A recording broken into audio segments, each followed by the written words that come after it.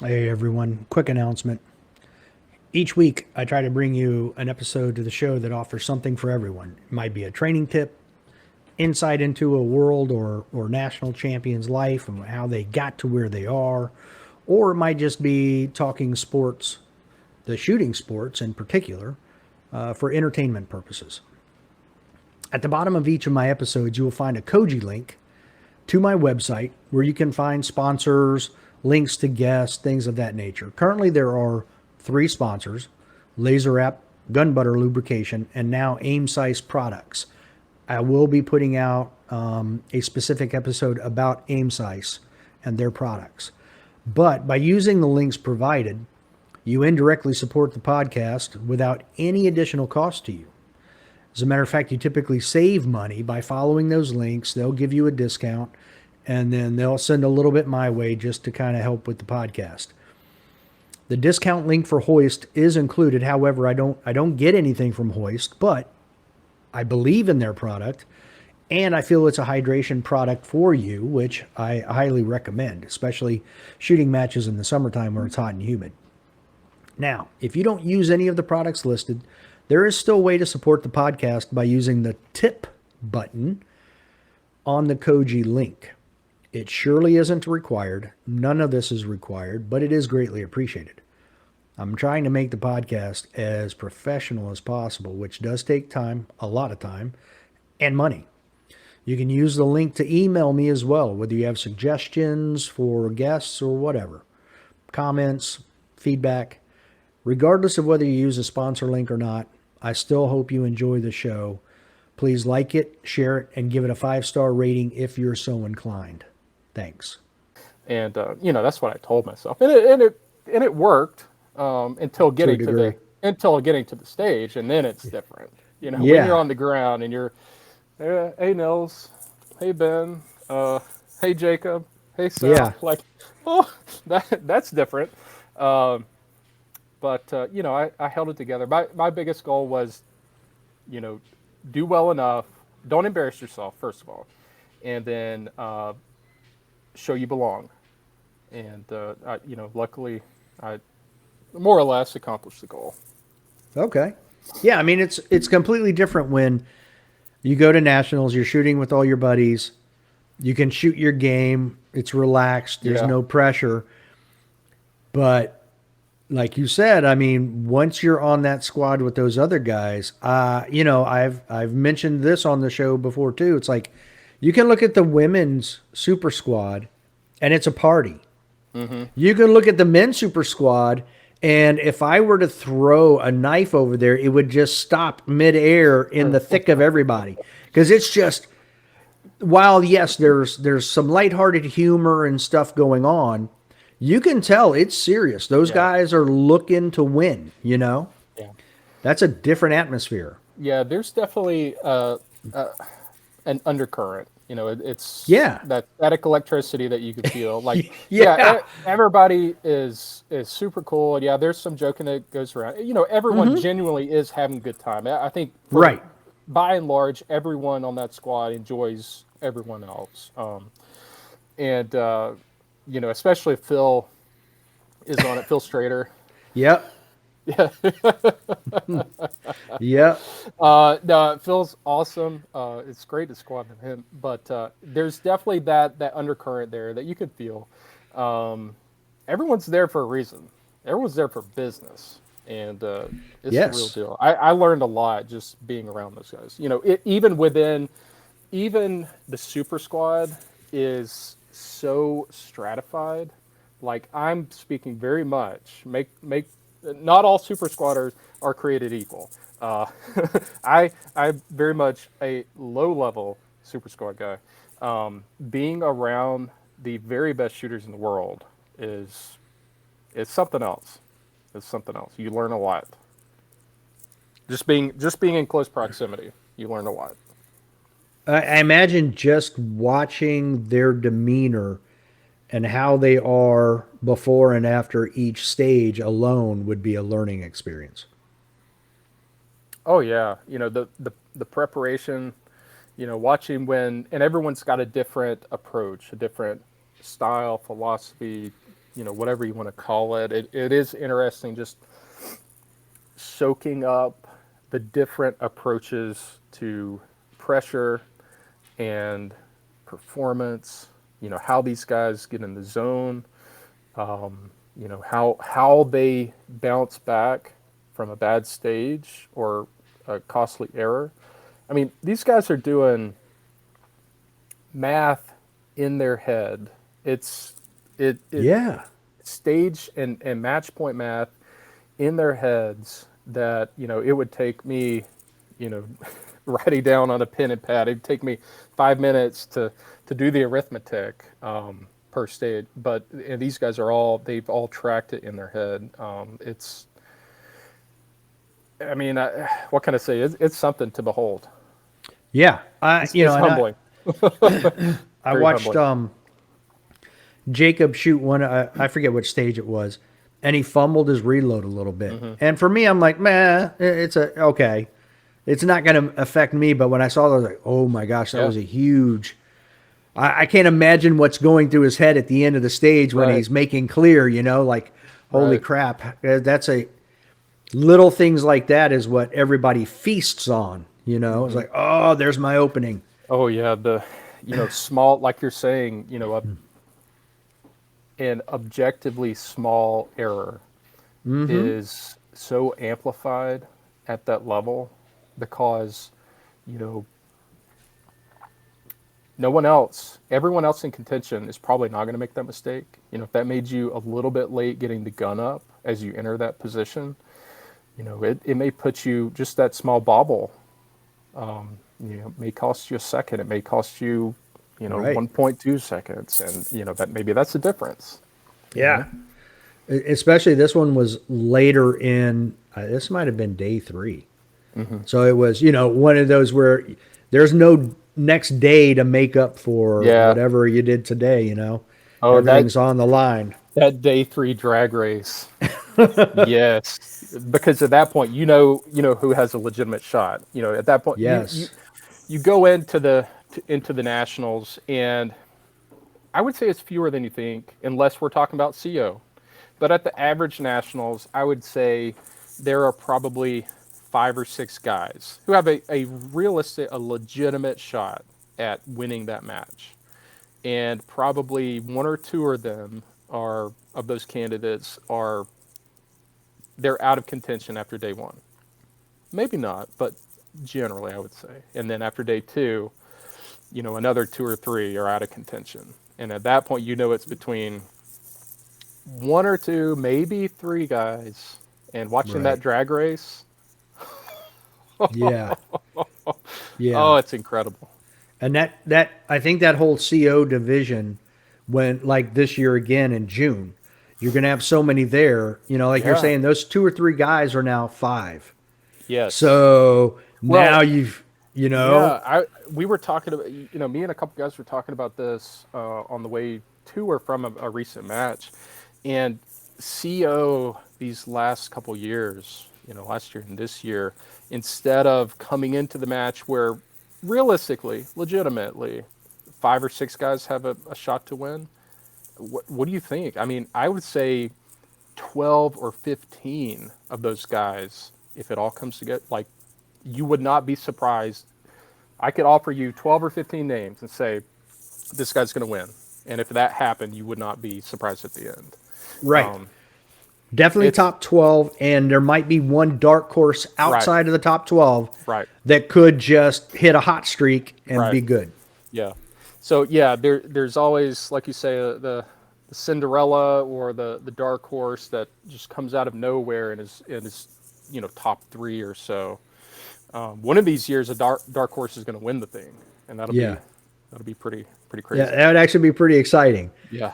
But at the same time, it's a huge uphill climb because of the people who show up that have, all 3 past winners, Nils, Max, and JJ, are going to be there. So now you have to beat them and the other 9 potential winners, It's like, my God, how is that possible? You're just gonna have to like flatten everybody's tires on day 3 so nobody can make it there. It's crazy. Yeah. It's gonna be interesting now. So it leads me into a post that you had put up. What do you think about Jay Slater's ELO rankings? I think that's very cool. I got to meet Jay at the Okay. Kentucky match, shake his hand and say, thanks for what you're doing. I don't know Yeah. if so Dave, when did you come in to the sport? 2018, late 2018. Okay. So was Ken Nelson and through Practice Score, was he talking about his ELO at that time? Do you recall anything about it? I don't recall anything. Okay.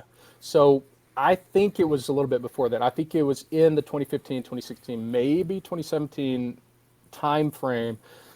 Ken was talking about an ELO system and developing that and getting it out to the shooters.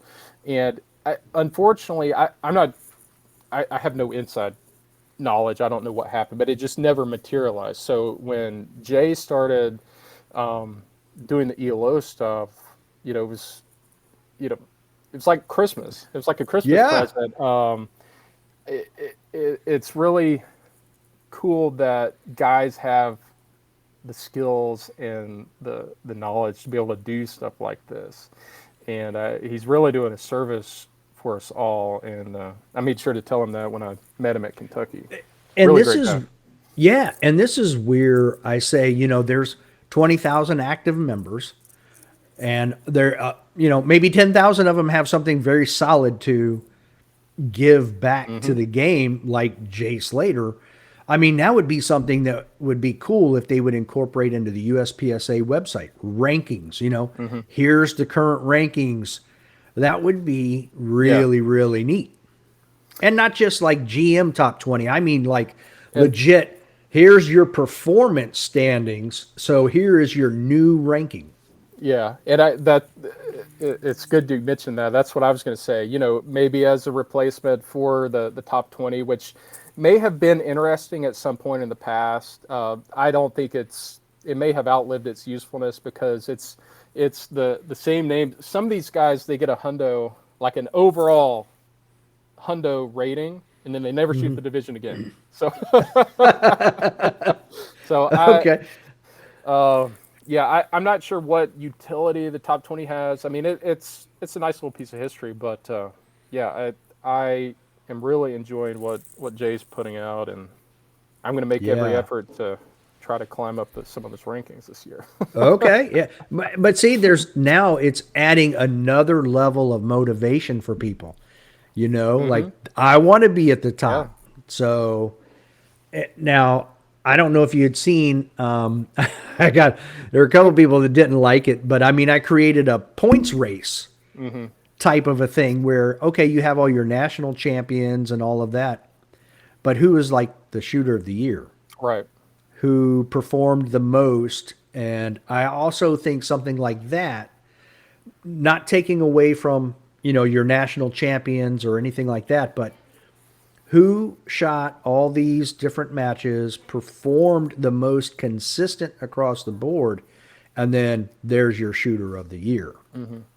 Well, yeah, or you could do like the biggest jump year over year, or there's Yeah. those Rookie of the year. Yeah, there's endless Most interesting improved, things yeah. you can do with that data. And it's the remarkable thing is it's just a total labor of love. As far as I know, he's not going to. I can't imagine he's getting paid for it. I'm sure that No. he's spending his own time to do it, and Yep. it's just a service to the shooters, and a lot of interesting things you could do with the data. I've went in there and messed around with it just for entertainment, and it's Yeah. really, really cool.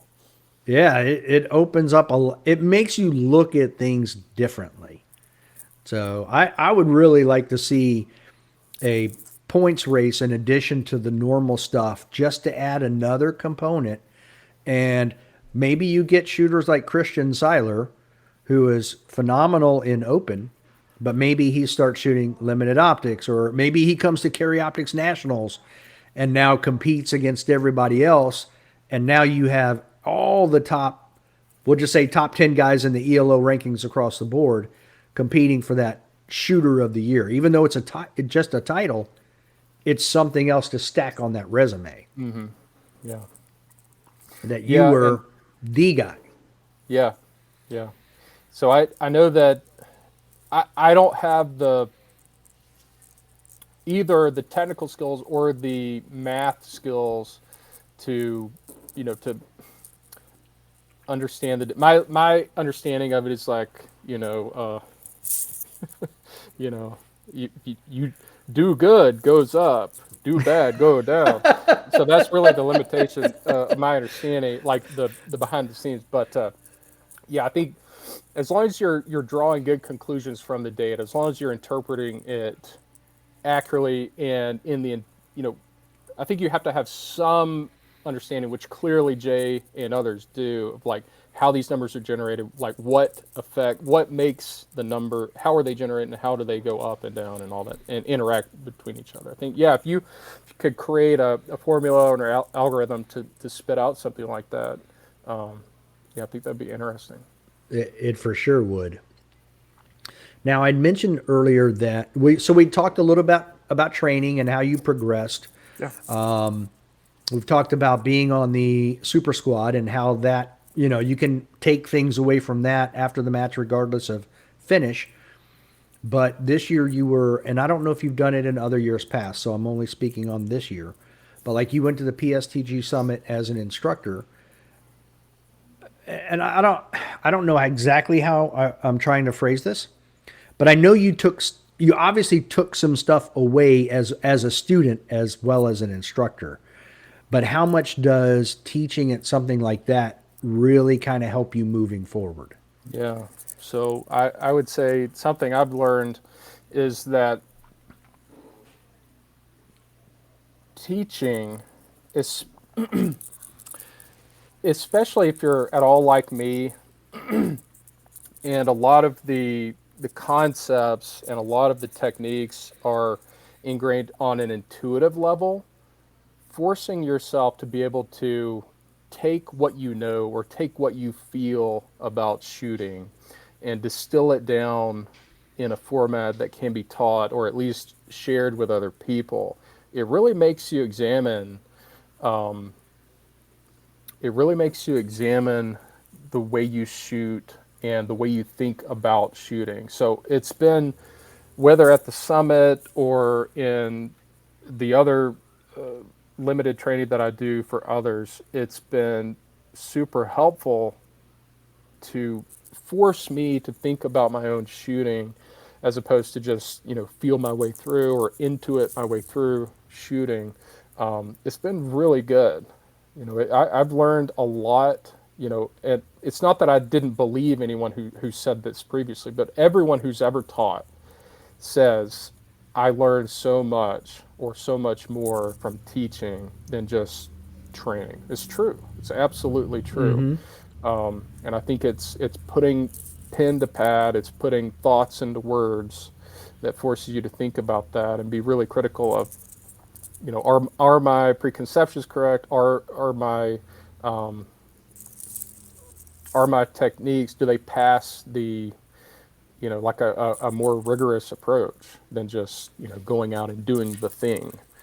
But yeah, the summit was really great. That was my first time going, and I taught a block with Joel, who helped me distill down more of my he would call it artistic impulses down into something that's more accessible for students. Okay. And then in the off time, I was able to train with some other guys who were also teaching or attending, and just whether it's on the range or back at the house at night, talking, Yeah.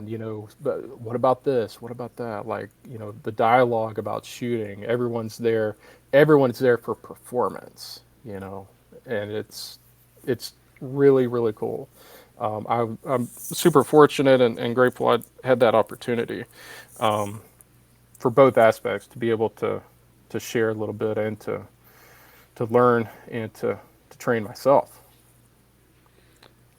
Did anybody record the conversations Hmm. at night? Because I can Oh, imagine the concepts and stuff that you guys, the conversations you have about concepts and theory and shooting and stuff yeah, could get deep at times too. yeah, yeah, really. I remember several good conversations with Jason Bradley, with Juancic, Kyle McNabb, all these guys. Picking their brain, like, what about this? You've been in this situation. Like, tell me your approach, and let's compare notes. And lots of good stuff. I'm no, it was not recorded. To answer your question, no, it was not recorded.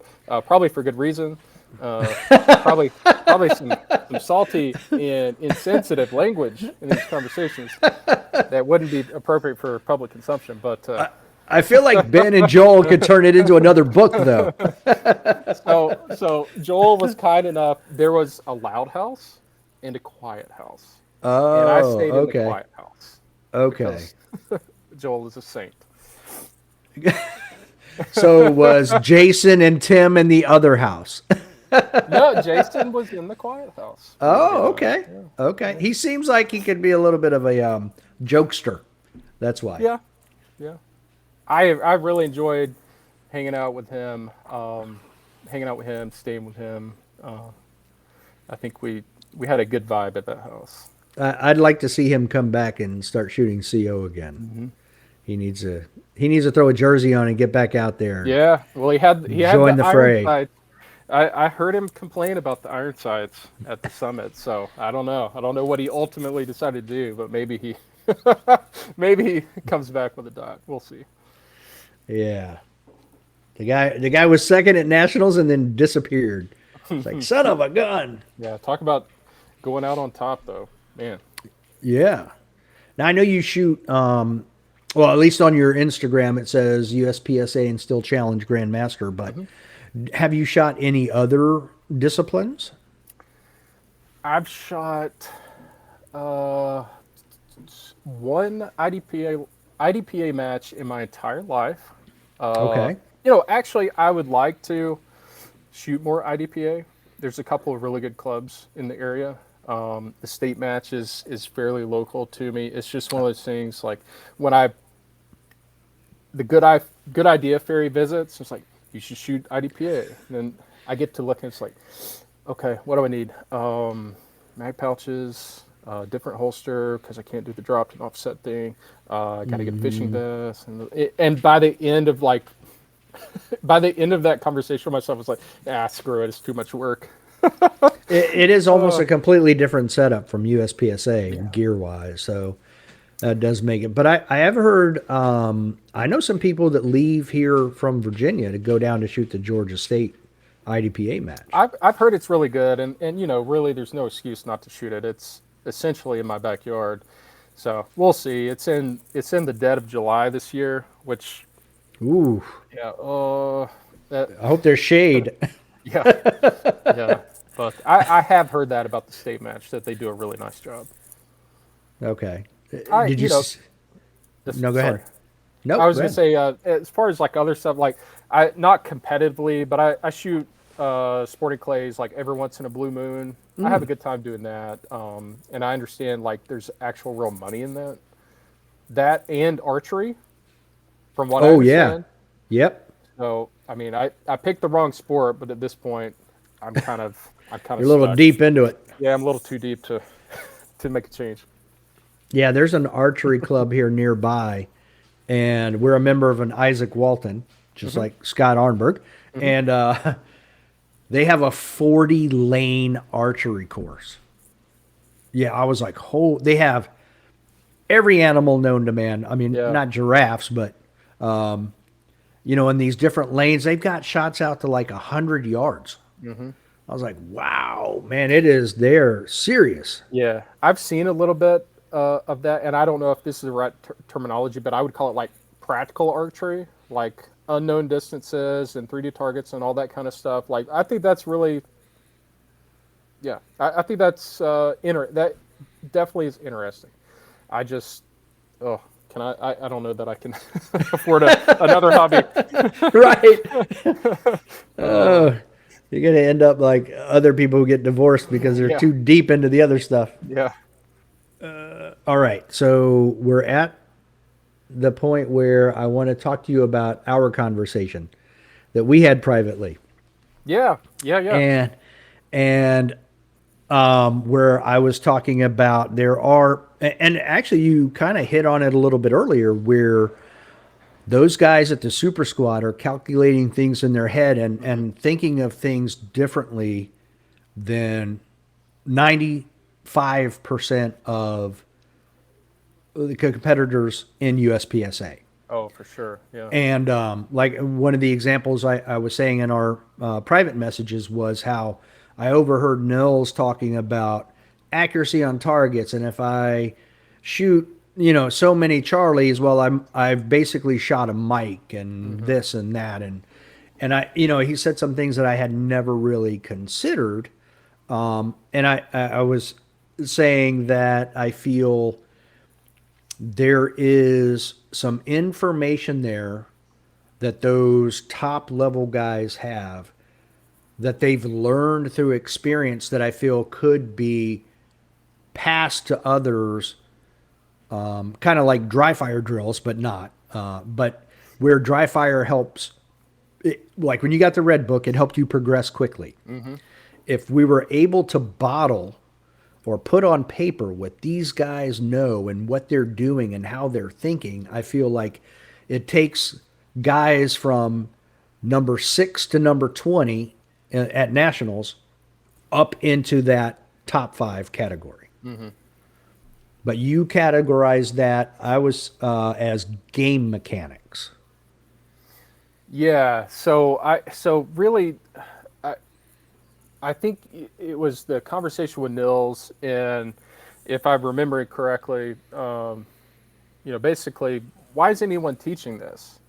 And I kind of slid into your DM, so it's like, this what you're talking about can't be, my contention is that can't be taught. It can't be bottled and sold. It Okay. is something that must be experienced, must be um, experienced firsthand, and probably over time. All these guys we're talking about who have the secret sauce, who have the killer instinct. All these perennial nationals winners, they've all been at it for probably decades.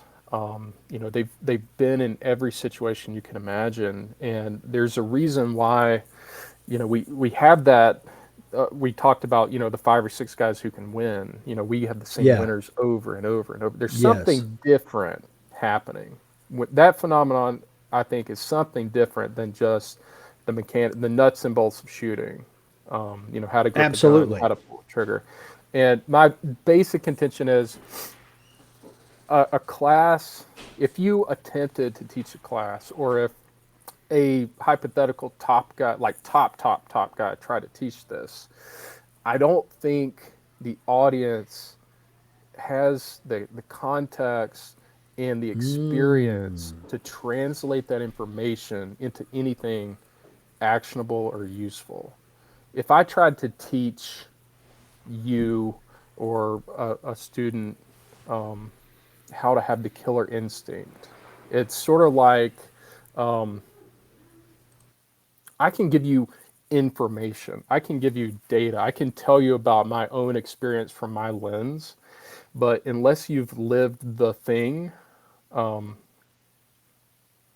I just don't know that people can use that information or that data. I don't know if it can be, like we were talking about earlier, distilling down concept. Like I can teach someone how to grip the gun. Nils or JJ or Max can teach you how to pull the trigger straight without disturbing the sights. They can teach you the trigger prep and press and everything else.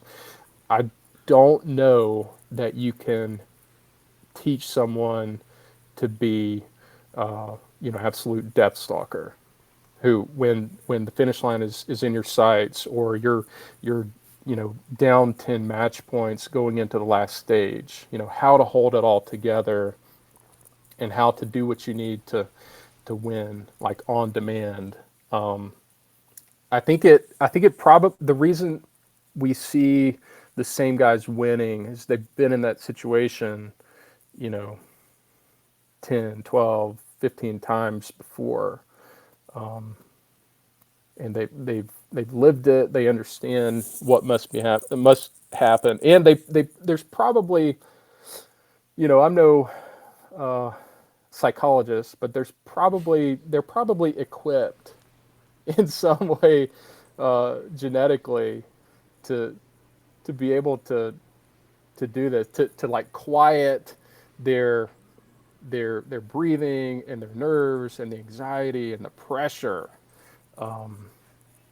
because not all pressure is created equal. Yeah. Oh, for sure. It's sort of like the handiest example I can think of is, when you're shooting your first USPSA match or first, whatever, first match, local level, no one cares. Everyone's going to go eat Mexican food after and drink beer and have a good time. There should be, let's be real, there should be no pressure associated with that event at all. There's no money on the line. You're going to go drink beer and mow the grass after you're done. But there is pressure. Why? I don't know. I can't explain it. Maybe it's other people watching. Maybe it's your own expectation. It's probably your own expectations. Pressure probably comes from within, more than Yeah. anything. But after a while, you get used to that. You shoot a few USPSA matches, and you don't get nervous at a local anymore. You think it would be silly to get nervous at a local. What are you talking about? You do this, twice a month or whatever, same range. But then you go to your state match or you go to a level 2 and you're nervous. Why? It's the same, but it's different. Right. The same thing, area match, nationals, super squad, in contention to win. You can inoculate yourself to a certain amount of pressure at each of these levels. But I've never been in that position. Never been in that position. So I'm sort of imagining what it must be like from an outsider's view.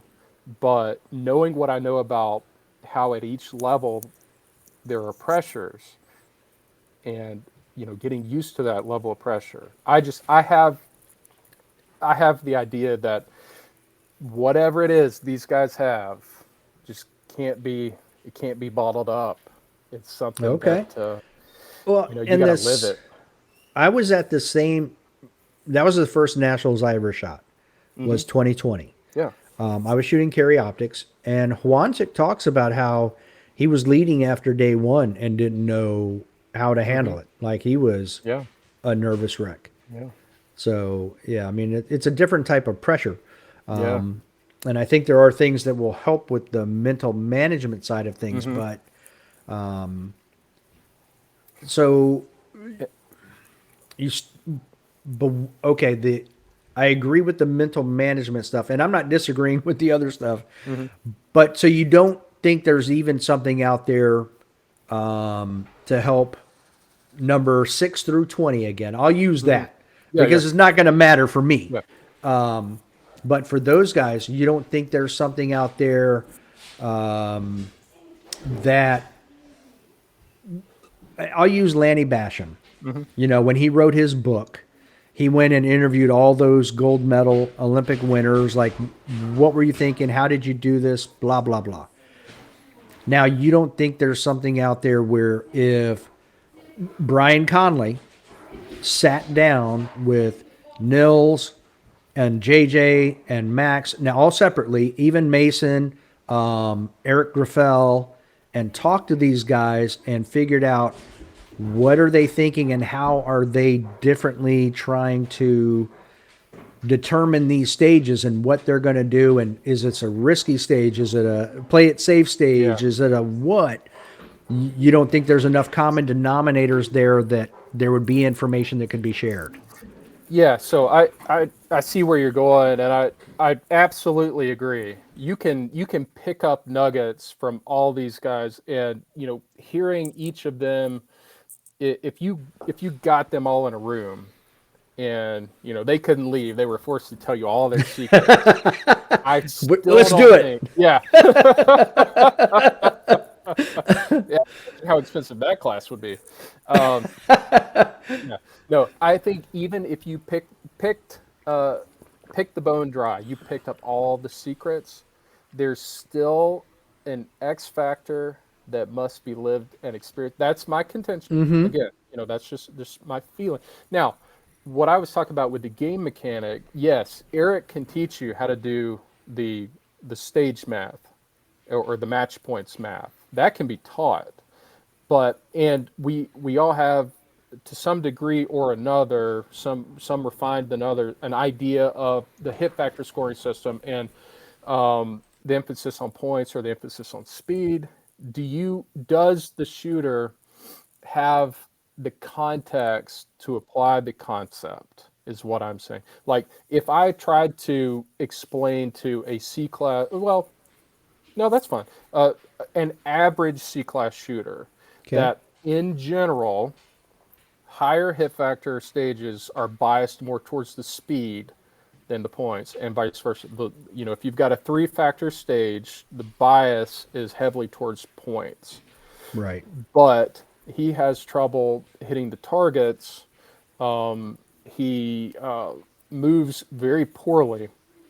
That information is not useful. He can't act on that. So I can provide him that information. Is it valuable to him? That's dubious. Down the road. Yeah, and I even think that for most of us, including me, the best outcome is probably going to happen when you just go out and shoot the best you can. These are high level concepts, but yes, like you can distill the information and the techniques and the systems down to something that can be taught. But I just have an idea that there's still something beyond just the mechanics and the ABC, the solid concrete steps. These guys have got something special, something different. They're built different, or they have a different lived experience than a lot of us. That gives them that sense, that intuition of when to apply certain techniques. How to go in for the kill, how to put a match away. Because if I had all of Eric's, let's call it like book knowledge, like all his concepts, I Okay. had all his knowledge, but I didn't have all his experience, I still would not win nationals and I wouldn't win a world shoot. Gotcha. I think if I had all his knowledge and all his experience, then you've got that perfect combination, and then you've got the magic. And that's what you're saying. You can't bottle that, and you need to have it both in order to do Yeah, it. that's that's how I feel about it. You know, I could be wrong, but that's how I think it works. Is that it's not enough to know what to do or to know how the math works or even that. It's one, knowing when to apply the concept appropriately, and two, being able to on demand execute what you know.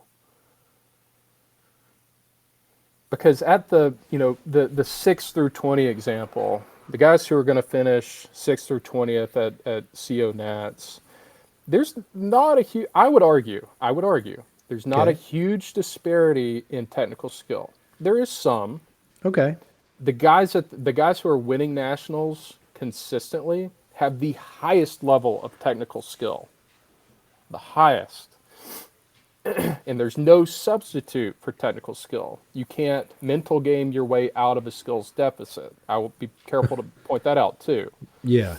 But At least not at that level. right. Yeah. Well, I would argue at any level, you can never mental game or systematize your way out of a skills deficit, the hard skills. But the disparity in technical skill between first and 20th, I say, is not as broad as the disparity in that the system and the magic and knowing how to apply the concepts. I think the real differentiator. Well, and I mean, all you have to do is look at last year, and I'm Mm-hmm. pointing over here because I have it up. Uh-huh. When Nils goes into limited nationals with a minor power Yeah. factor gun and wins, he obviously has that innate ability to figure all that out, know what he has to do. And the other side of it, which I do differentiate the two, where that he's shot enough matches worldwide where he can still just maintain that consistency, which Mm-hmm. is crazy to me. But I mean, Ben had that ability. Eric Graffel has that ability. Max, JJ, you know what I mean? Like there's a Mm-hmm. select group that have that ability to constantly do that. So I think there are definitely two parts here. Mm-hmm. It's just amazing to me that, well, like you kind of touched on earlier, on the fly, they are figuring this stuff out and, in a way, I guess, projecting what they have to do Mm-hmm. to maintain that position. And it's I, just, I think it's a chess game.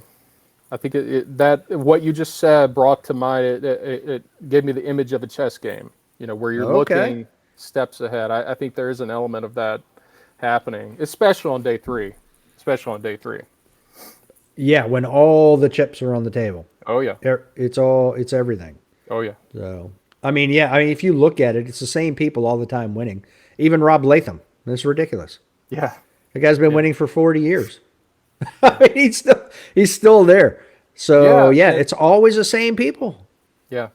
And I think Rob's a good example too. Like, no one's going to accuse Rob uh, of, being the most physically able person on the range, but he's winning nationals into I may get in trouble. I don't know Rob. I don't know that I've ever met him, but if I had to guess, I'd say he's probably in his early 60s, maybe late Uh, 50s.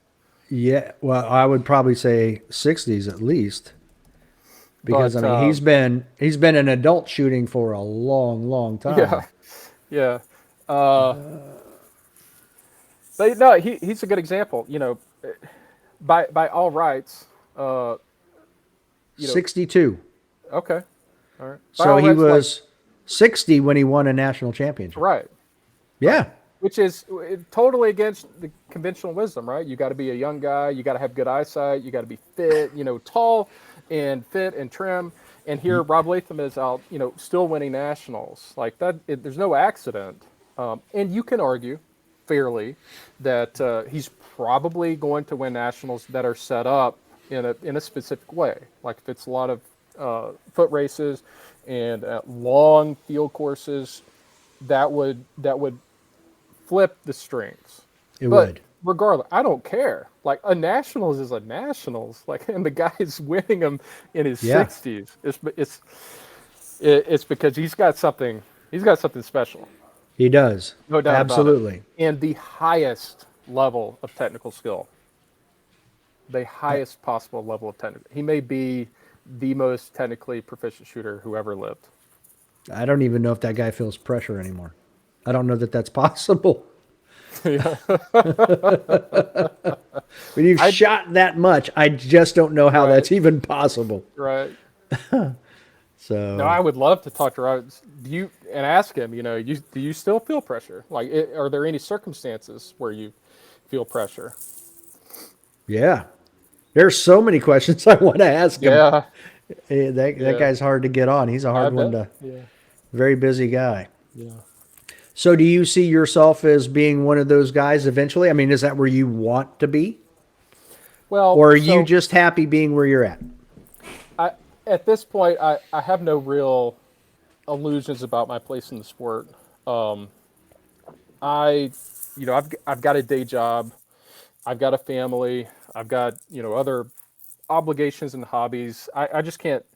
I understand at this point what that would take in terms of time and resources, and I'm neither willing or able to do what it would take. Okay. I'm in my mid 30s. I know that eventually my eyesight is not gonna cooperate with me forever. I But resemble that remark. so I'm hyper aware that there is a window for my shooting. I know we just got done talking about Rob Latham. Blah, blah. I'm not Rob Latham. There is a You window. got 25 more years. Yeah. No, I realize I've got 5 or 10 while my eyes cooperate. But no, I don't really have any goal of being one of those guys. I've got other stuff going on, and I'm content. I think I'll be content if I never win a nationals. Uh, it would certainly be cool, and if I'm ever in the position to do that, I mean I'm gonna keep on working hard as I can under my self-imposed restraints. But if it never happens, I'm perfectly content with that. I'm enjoying, being a good, not great shooter, and I think you're underrating yourself right now. You're disrespecting yourself. So I think anytime anybody's been on a super squad, I would consider them a great shooter regardless.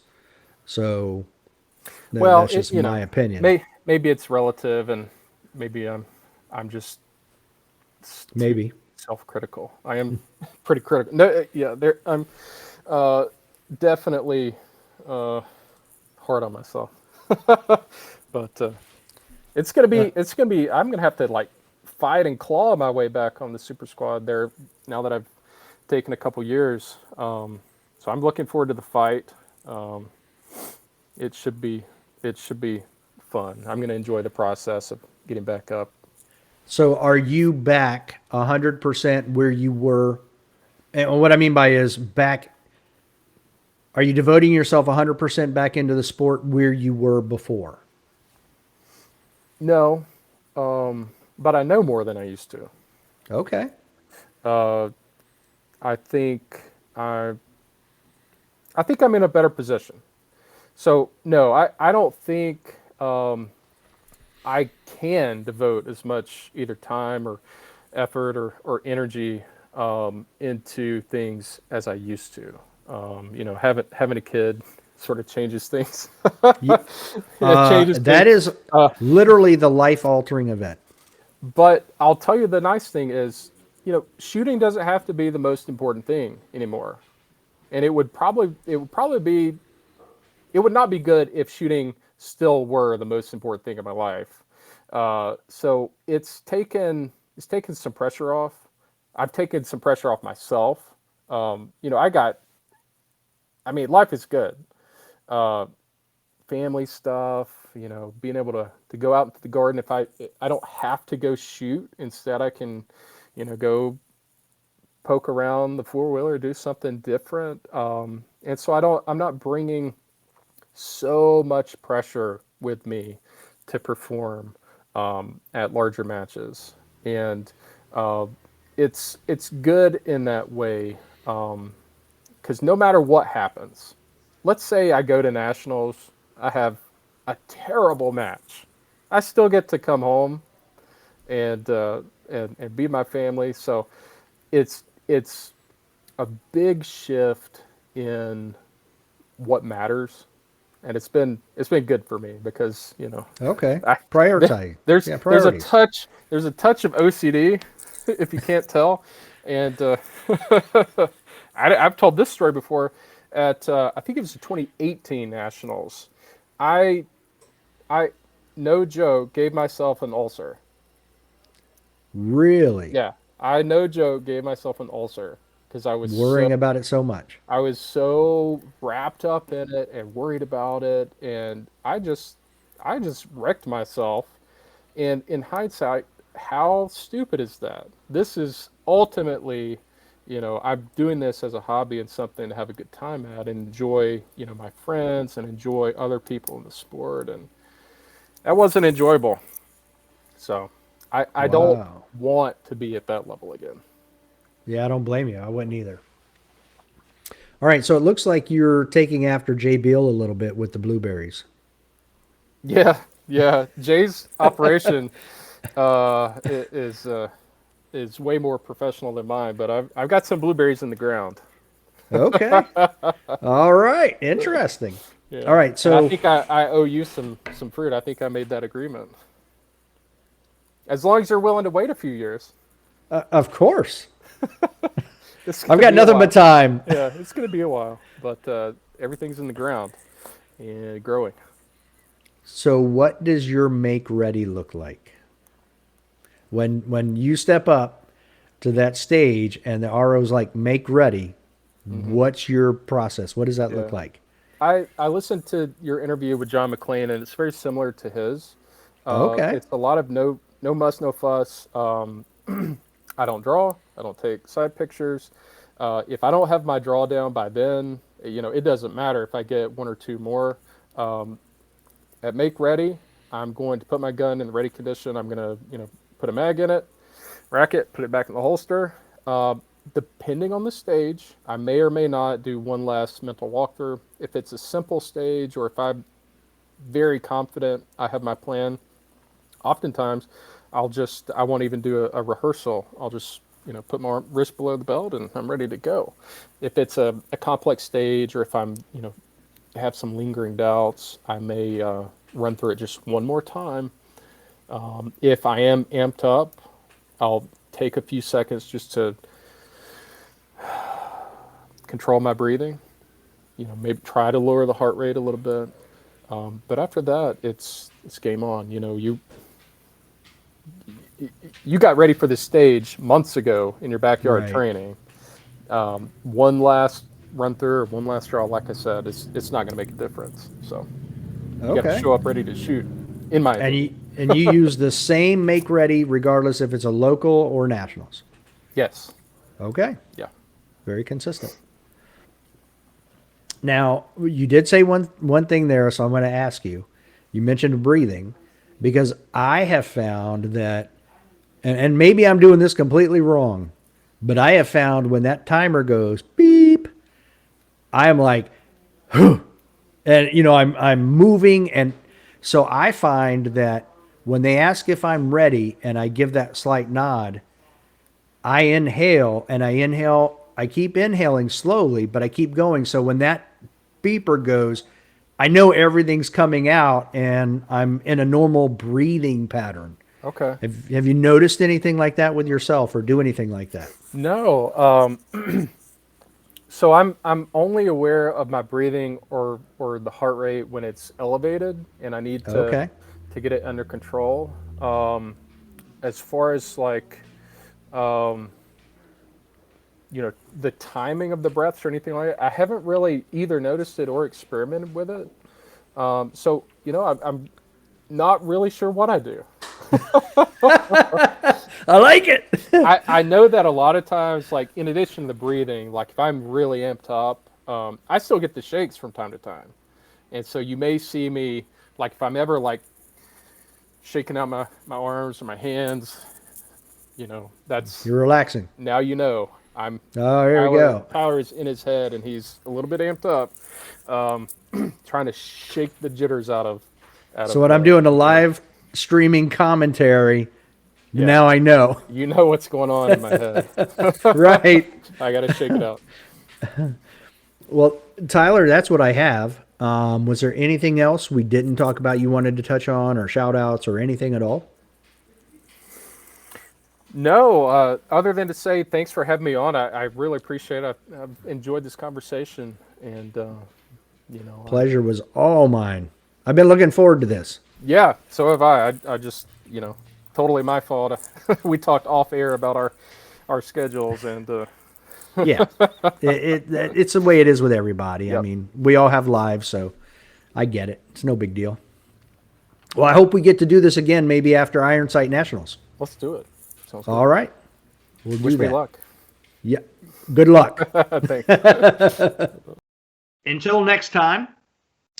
Don't be a little bitch. Yeah.